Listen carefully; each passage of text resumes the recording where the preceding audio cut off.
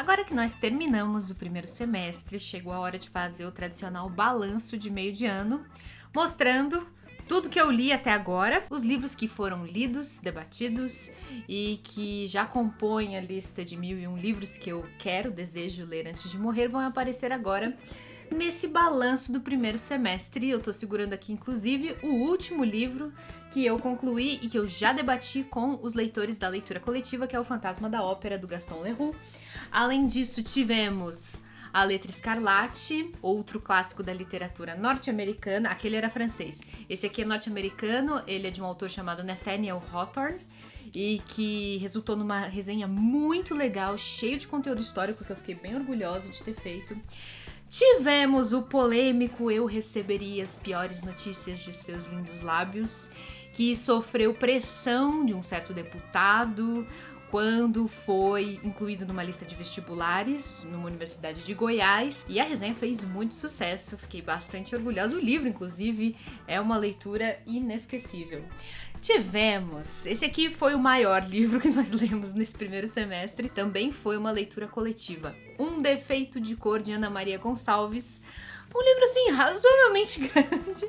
Foram quase 1000 páginas e nós lemos esse livro em tempo, assim, super recorde. Foi coisa de 2 meses na leitura coletiva e no final ainda fizemos um bate-papo ao vivo com a autora, que foi muito legal, muito rico, recomendo que vocês vejam.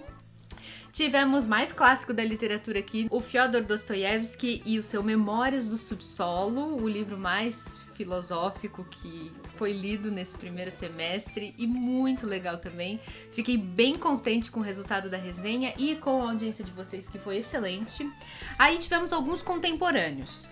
Acho legal de mostrar nomes que estão sendo publicados agora de autores de países pouco usuais. Por exemplo, temos aqui um livro que veio de Cuba, A Tirania das Moscas, e temos um livro da Coreia do Sul, que é o Kim Ji-young, nascida, não lembro o ano, em 1982. 2 livros bem diferentes, é claro, um muito mais realista, muito mais em linguagem jornalística, outro, uma distopia com toques de terror, que se passa assim num país tropical, com uma ditadura.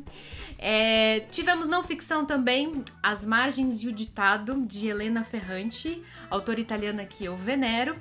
Esse aqui é um conjunto de textos em que ela explica como ela escreve e a visão dela, assim, de mundo. É fascinante para quem lê os livros dela e para quem se sente assim toda vez hipnotizado por ela, como é o meu caso.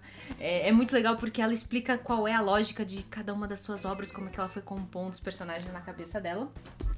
Tivemos... esse foi demais, né?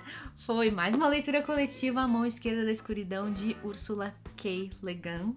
Como esse livro calou fundo assim dentro de mim, que leitura deliciosa, extremamente agradável, fluida, uma ficção científica de raiz, que se passa em outro planeta, que tem outra configuração de humanidade imaginada e especulada por essa autora de forma convincente, de forma muito, muito, muito fascinante, inteligente.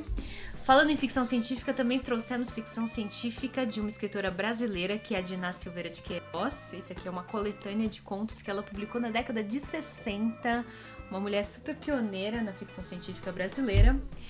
Que falar também desse outro livro aqui, As Vinhas da Ira, do John Steinbeck, clássico com C maiúsculo, do século XX e da literatura norte-americana. Esse foi um livro que eu demorei um tempão para conseguir ler. Eu comecei a ler no ano passado e só fui concluir uns 4, 5 meses depois, porque eu fiquei travada nos primeiros capítulos.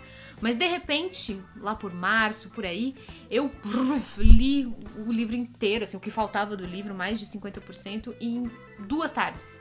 E fiquei, assim, impactada, mesmerizada. E ainda houve a imensa coincidência naquela época de ter saído a denúncia de que trabalhadores tinham sido resgatados em condições de trabalho análogo à escravidão em vinhedos no sul do Brasil. Eu não consegui acreditar nessa coincidência, porque é disso que fala esse livro. Só que esse livro foi publicado na década de 1930, né? E, enfim, às vezes as coisas meio que se alinham, né? os livros, assim, por isso que são clássicos, porque eles trazem questões que pode passar quantos anos forem, continuam sendo relevantes, continuam sendo, assim, muito urgentes.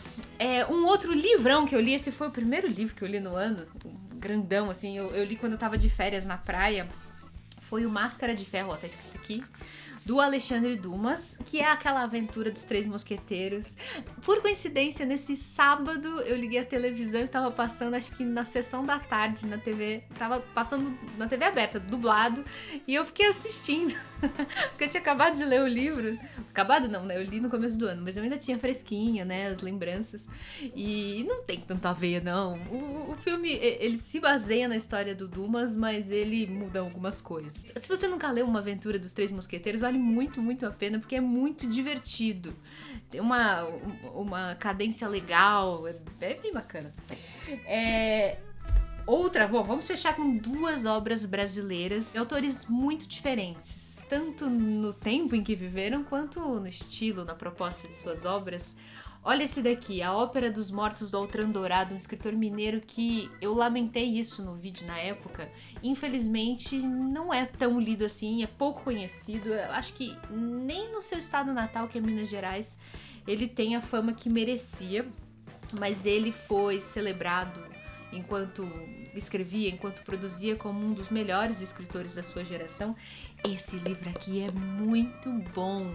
E na resenha eu fiz um comparativo entre a história dessa obra e o caso da Mulher da Casa Abandonada, que foi aquele podcast que bombou no ano passado. Por coincidência, esse livro também fala de uma mulher que vive sozinha numa casa em ruínas e que se fecha no seu orgulho de todo mundo à sua volta.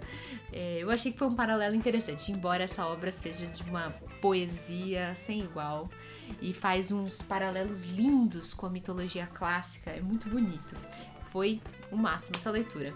Pra fechar, bom, tô mostrando a coletânea, mas na realidade eu li apenas um dos romances presentes aqui neste livro de obras clássicas de José de Alencar. Esse ano eu li A Pata da Gazela, inclusive eu fiz um podcast comentado lendo integralmente do primeiro ao último capítulo da Pata da Gazela, com explicações de vocabulário, de contexto histórico. Então eu ia dando as minhas impressões de leitora também, porque isso que é gostoso, ler e compartilhar com vocês aquilo que os livros despertam em mim.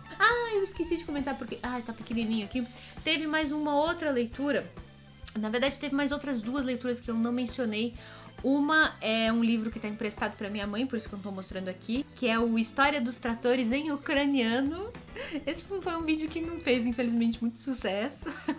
É uma pena. Mas é porque que eu resolvi ler esse livro, foi lá pelo mês de janeiro, fevereiro, por causa da guerra da Ucrânia, que estava completando um ano. Eu queria ler alguma coisa ucraniana, de alguém que fosse de lá, mas que não falasse de guerra, de miséria, de pobreza. Esses assuntos tão tristes, né, que estão dominando o noticiário desde que começou essa guerra, sempre que a gente fala sobre Ucrânia. Então eu resolvi ler esse livro. Uma história familiar, muito legal, cheia de barraco, cheia de fofoca, cheia de coisa interessante acontecendo. Um verdadeiro, assim, casos de família, de barracos entre irmãos, pais e mães, enteada com madrasta. É muito legal. Tem esse livro e tem esse outro aqui, que eu também esqueci de mencionar, tava caidinho ali no canto, que é um ensaio do Ailton Krenak, Ideias para Adiar o Fim do Mundo, que é um livro que virou best-seller quando a Companhia das Letras lançou, acho que faz 2 anos, e já foi sucedido por outros livros de ensaios e palestras do Ailton Krenak.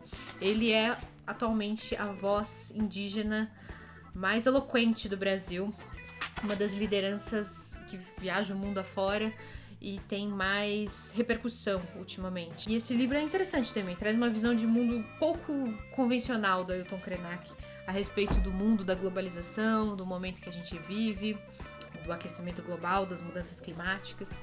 Foram esses os livros. Preciso ranquear os 3 favoritos, então eu vou aplicar um efeito aqui muito chique, que não é nem um pouco cafona, só para me dar tempo de escolher os 3 livros, e aqui estão. Medalha de bronze. Tem gente que vai brigar comigo, mas como medalha de bronze e não medalha de ouro, eu vou escolher Um Defeito de Cor, da Ana Maria Gonçalves, porque o livro espetacular, mas ele não é uniforme.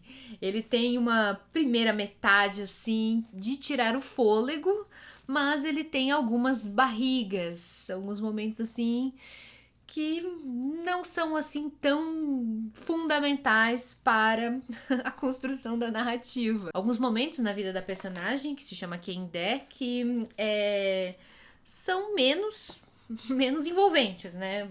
Você fica já com vontade de que o livro termine logo, porque não consegue prender sua atenção uniformemente no livro inteiro. É por isso que vai ficar com a medalha de bronze. Mas ainda assim, eu acho que você deve ler esse livro urgentemente. E como eu disse lá na resenha, ele é quase como se fosse o nosso Os Miseráveis brasileiro, porque ele tem o mesmo tom épico, tem a mesma passagem de anos, tem a mesma profusão de personagens. Bom, medalha de prata agora vai para Memórias do Subsolo, de Fyodor Dostoiévski. Ó, tem um papelzinho aqui, porque era o cronograma de leitura da leitura coletiva. Esse foi um livro que muitos de vocês leram comigo, e se ainda não leram, recomendo que façam em algum momento da vida. Como outros livros de Dostoiévski, ele tem alguma coisa de intimidador, tanto na linguagem quanto na profundidade dos temas tratados. É um livro bem filosófico, mas ele tem, assim, o DNA de Dostoiévski. Quase sempre temos um personagem principal perturbado, uma pessoa contraditória, uma pessoa que fala uma coisa e faz outra, uma pessoa que faz um monte de bobagens na vida e enfrenta as consequências disso. E eles são sempre tão humanos, eles são sempre tão de carne e osso, que a gente se vê refletido nesses personagens perturbados, sempre de alguma forma. Ou então a gente consegue reconhecer nessas figuras outras pessoas com quem a gente convive. E o Memórias do Subsolo é um primor, assim, tem um narrador que é fascinante. Pra não ficar tão assustado assim com a linguagem, tudo, vai atrás da minha resenha, vai atrás das lives de discussão, porque a gente discute, a gente destrincha essas dificuldades do livro e a leitura acaba ficando um pouquinho mais compreensível. Agora, como medalha de ouro, eu não sei, a leitura é uma coisa muito pessoal. É algo que não se repete numa pessoa, em outra. Como cada leitor é um ser humano diferente, cada leitor lê um livro diferente. Pra mim, esse foi o melhor livro. Esse foi o livro mais delicioso, mais surpreendente. Eu nem sou assim tão fissurada por ficção científica.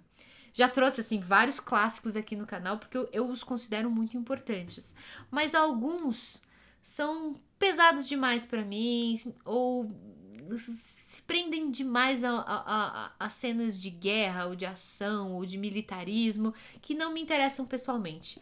Agora, A Mão Esquerda da Escuridão é um livro que se passa em outro planeta, em outro momento histórico. Quase não existem pontos de conexão entre o mundo que a gente vive e o mundo ficcional da obra. Só que isso é só a primeira vista, porque quando a gente lê, a gente percebe que tudo à nossa volta, tudo que compõe a nossa sociedade, no nosso mundo real, no nosso dia a dia, a Ursula Le Guin deu um jeito de colocar aqui nessa obra de maneira alegórica. É uma obra que se passa num planeta onde existem seres humanos. Olha só, não só tem vida, como vida humana. Só que esses seres humanos evoluíram de um jeito que eles se tornaram seres com gêneros neutros. Ou pelo menos assim, com gênero neutro quase o tempo todo, exceto no período do acasalamento, quando eles manifestam uma sexualidade, que pode ser tanto feminina quanto masculina, aleatoriamente. De forma que cada ser humano, ao mesmo tempo, não tem gênero nenhum, não pode ser classificado nem como homem, nem como mulher,